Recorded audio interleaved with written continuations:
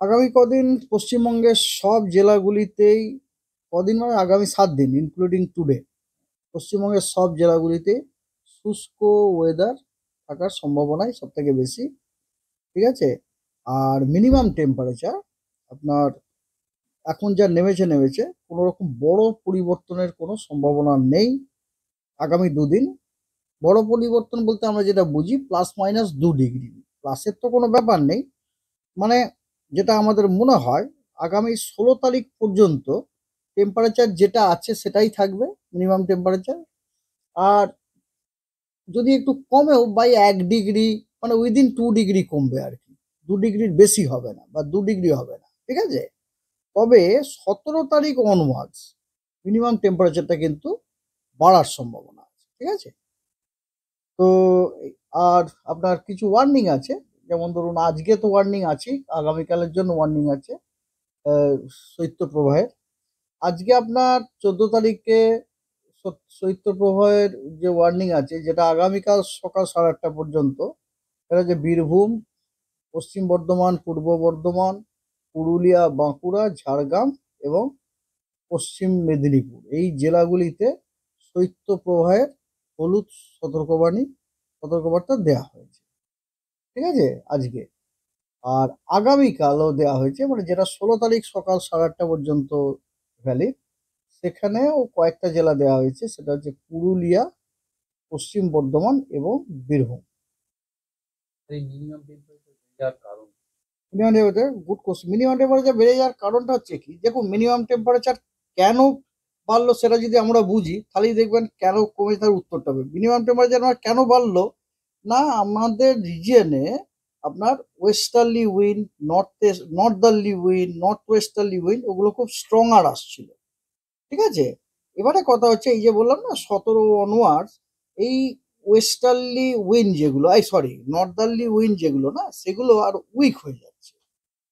হ্যাঁ, উইক হয়ে যাচ্ছে, অনেকটা ডিসঅর্গানাইজ হয়ে যাচ্ছে।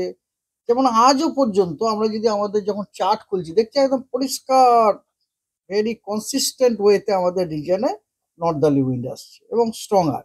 কিন্তু সেটা যখন 16 তারিখের পর দেখছি, তখন দেখতে পাচ্ছি ওটা অনেক ডিসঅর্গানাইজ হয়ে গেছে এবং উইকার হয়ে যাচ্ছে।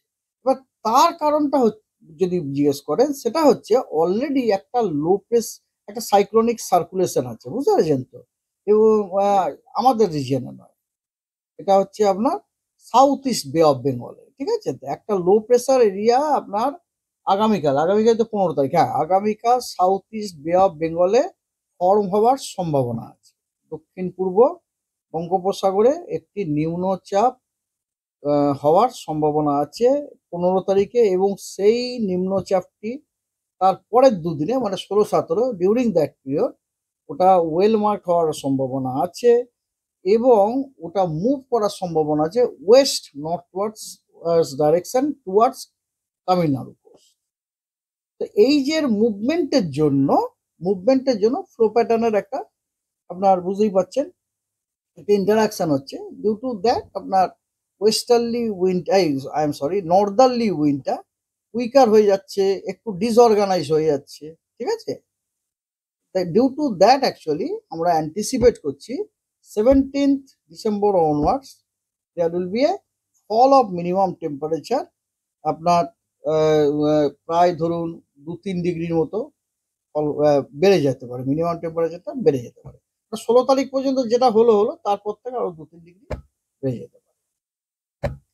আজকে সকালে কলকাতা আলিপুরে মিনিমাম টেম্পারেচার রেকর্ডেড হয়েছে 14 ডিগ্রি। ঠিক আছে। আর সর্বনিম্ন তাপমাত্রা আপনি যদি বলেন, পার্বত্য এরিয়া দার্জিলিং এ 1.2 ডিগ্রি অবজার্ভ হয়েছে, এবং প্লেনে যদি বলেন নর্থ বেঙ্গলে আলিপুরদুয়ারে 10 ডিগ্রি সেন্টিগ্রেড। কিন্তু আমাদের পুরুলিয়াতে জানেন 7.9 ডিগ্রি সেন্টিগ্রেড হয়েছে। বুঝতে পেরেছেন। নর্মালের থেকে 5.1 ডিগ্রি কমা। এবারে কথা হচ্ছে কোথায় কোথায়। পুরুলিয়ায় আজকে 7.9 হয়েছে, ঝাড়গ্রামে হয়েছে 8.5। ঠিক আছে। আর কলাইকুণ্ডাতে হয়েছে 11.8। খড়গপুর আর্ম ফোর্সের যে এএমএফইউ যেটা আছে সেখানে আছে, সেখানে হচ্ছে 11 ডিগ্রি। দীঘায় 11.3। আচ্ছা, আসানসোল 10.4, পানাগড় 9.1, বাঁকুড়া বললাম না 10.7, সিউড়ি 9.0, শ্রীনিকেতন 9.1, বর্ধমান 11.0, মগরা 11.0। আপনি জেলাগুলো বুঝেই যেতে পারবেন।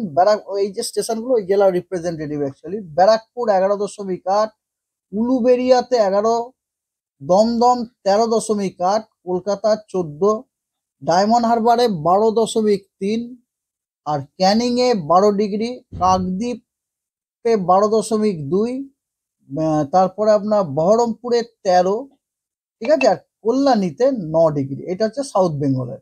আর নর্থ বেঙ্গলের মালদা 13.2।